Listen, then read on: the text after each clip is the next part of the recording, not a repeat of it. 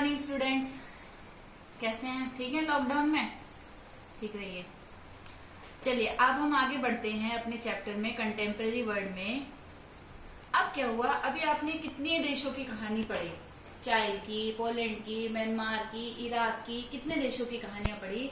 अब क्या हुआ, सब देशों ने जब सेकेंड वर्ल्ड वॉर हुआ, फर्स्ट वर्ल्ड वॉर में तबाही हुई, सेकेंड वर्ल्ड वॉर में तबाही हुई, तब क्या हुआ, लोगों ने, जो देश थे, सब देशों ने मिलके सोचा कि हम कुछ ऐसा ऑर्गेनाइजेशन बनाते हैं जिसमें जिसका काम हो कि शांति व्यवस्था बनाए रखना। जैसे आप लोगों की क्लास में हम लोग मॉनिटर्स बनाते हैं, क्यों बनाते हैं मॉनिटर्स? ताकि क्लास में डिसिप्लिन रहे।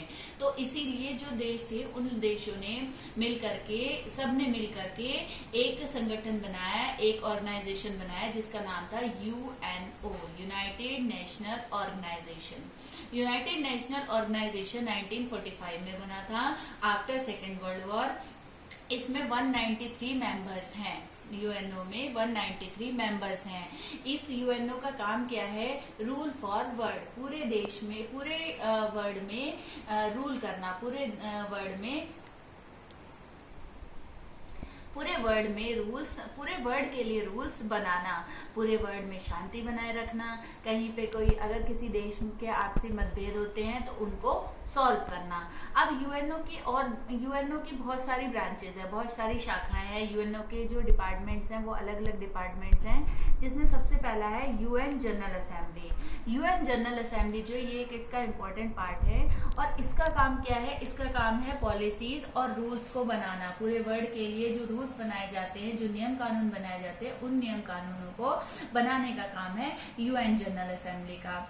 और किसी भी इंटरनेशनल टॉपिक पे ये डिस्कशन करते हैं। कोई भी इंटरनेशनल टॉपिक हो, कोई भी मैटर हो, जैसे आजकल ये चल रहा है, कोरोना वायरस चल रहा है, तो कोरोना वायरस से रिलेटेड जितने भी मैटर्स होते हैं वो सब यूएन जनरल असेंबली में ही डिस्कस किए जाते हैं। और इसमें क्या है, यूएन जनरल असेंबली में सभी कंट्री के वोट्स जो हैं वो इक्वल है। मतलब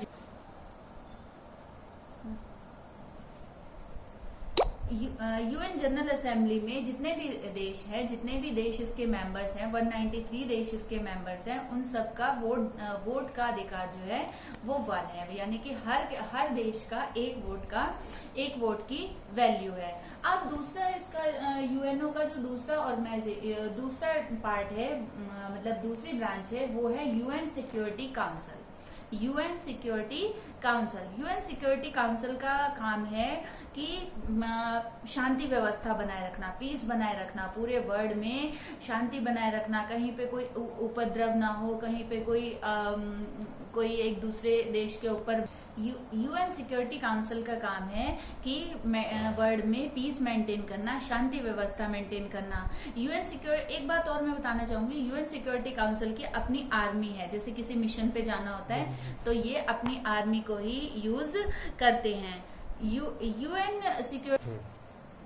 यूएन सिक्योरिटी काउंसिल में 15 मेंबर्स होते हैं, जिनमें 15 मेंबर्स में से 5 मेंबर्स जो हैं ये इसके परमानेंट मेंबर है। यूएस, चाइना, फ्रांस, यूके और Russia. US, China, France, UK और रशिया, ये 5 मेंबर जो हैं ये इसके परमानेंट मेंबर्स हैं।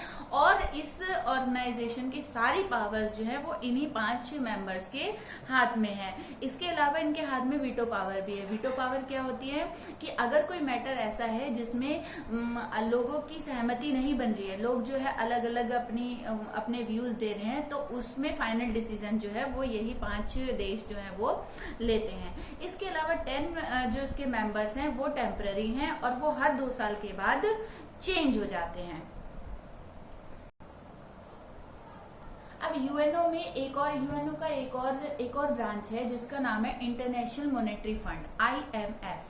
इंटरनेशनल मॉनेटरी फंड में जो है वो 188 कंट्रीज जो है वो इसके मेंबर्स हैं।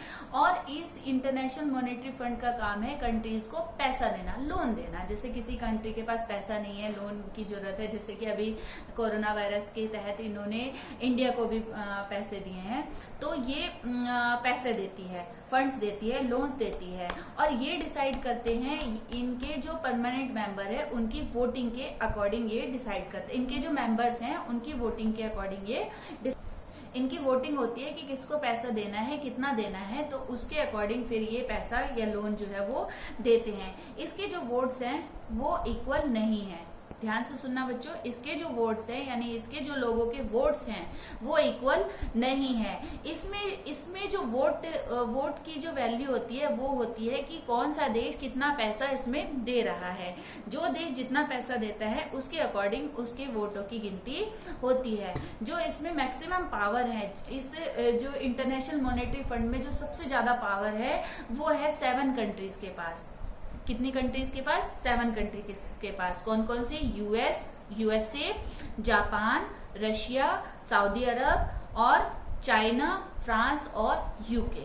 ठीक है, ये 7 कंट्रीज हैं जिनके पास इस 5 तो सेम है सिक्योरिटी काउंसिल वाली, इसके अलावा 2 जो है फ्रांस और जापान, ये दोनों सऊदी अरब, 5 तो सेम है, 5 के अलावा 2 जो है सऊदी अरब और जापान, ये दोनों जो कंट्रीज हैं, ये दोनों कंट्रीज इसमें एडिशनल हैं परमानेंट मेंबर्स में। और मैक्सिमम पावर जो है वो इन्हीं दोनों के बीच में है। अब अमेरिका जो है, जैसा कि आप लोगों को पता है, अमेरिका सुपर पावर है और अमेरिका जो है वो चाहता है कि वर्ल्ड में जो कंट्रीज अनडेमोक्रेटिक है, जिनके पास डेमोक्रेसी नहीं है, उसकी कोशिश होती है कि वहां पे डेमोक्रेसी स्थापित करना। जैसे कि फॉर एग्जाम्पल इराक। अब हम इराक की स्टोरी सुनते हैं।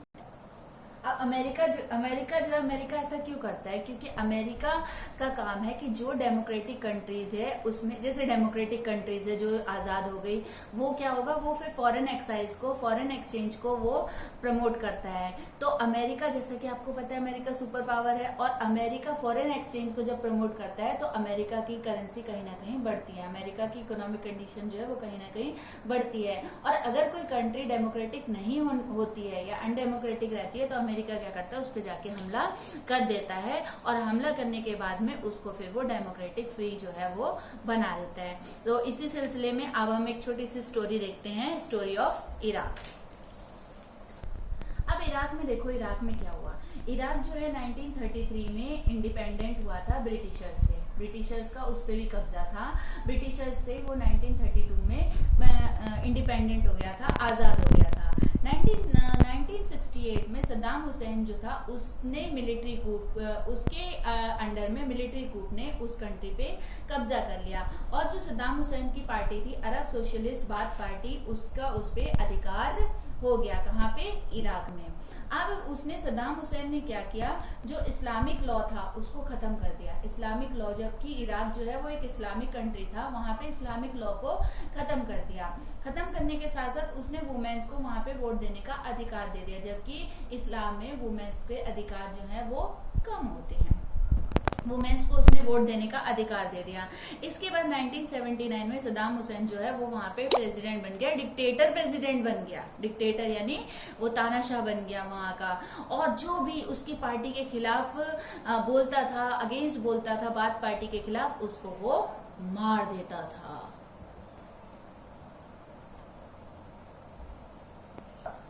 अब जैसा कि पहले भी हम देख रहे हैं कि जो वहाँ पे तानाशाह बनता है, जहाँ पे डिक्टेटरशिप होती है, उसका एंड होता ही होता है। अब क्या हुआ, वहाँ पे इराक में यूके और यूएस को कहीं से पता लग गया कि इराक के पास न्यूक्लियर बॉम्ब है।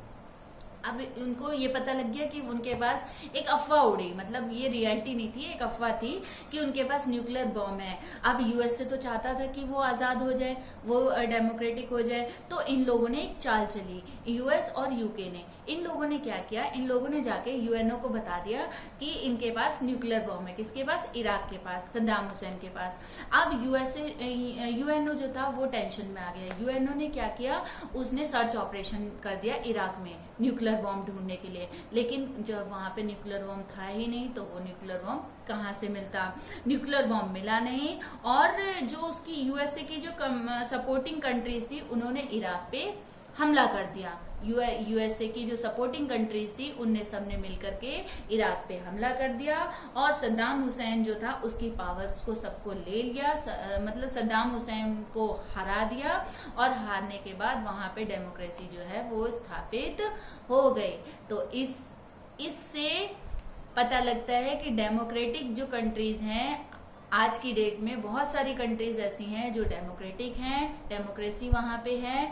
और डेमोक्रेसी के साथ साथ हालांकि बहुत सारी कंट्रीज के अलग अलग कहानियां हैं, इस डेमोक्रेसी की अलग अलग कहानियां आपने पढ़ी, कैसे देशों ने संघर्ष किया, कैसे देशों ने युद्ध किए, रिवॉल्ट किए, आक्रमण किए, विद्रोह किए। अब हमारे देश ने भी बहुत मुश्किलों से आजादी पाई थी। तो इन चीजों, इस संघर्ष को, इस कहानी को हमने इस चैप्टर में पढ़ा। आशा है बच्चों आपको ये चैप्टर अच्छे से समझ में आया होगा। और अगर आपको समझ में आया, कोई डाउट्स हो तो आप मुझे कमेंट बॉक्स में वो डाउट्स अपने पूछ सकते हैं या पर्सनली मैसेज भी कर सकते हैं। और प्लीज इस वीडियो को अच्छे से देखना। इसमें अब मैंने 4 पार्ट इस चैप्टर के डाले हैं, छोटे छोटे पार्ट्स डाले हैं, ताकि आपको बोरिंग ना हो, आपको अच्छे से समझ में आ जाए। और कुछ अगर समझ में नहीं आया है तो आप मुझे डाउट्स आप मेरे से पूछ सकते हैं।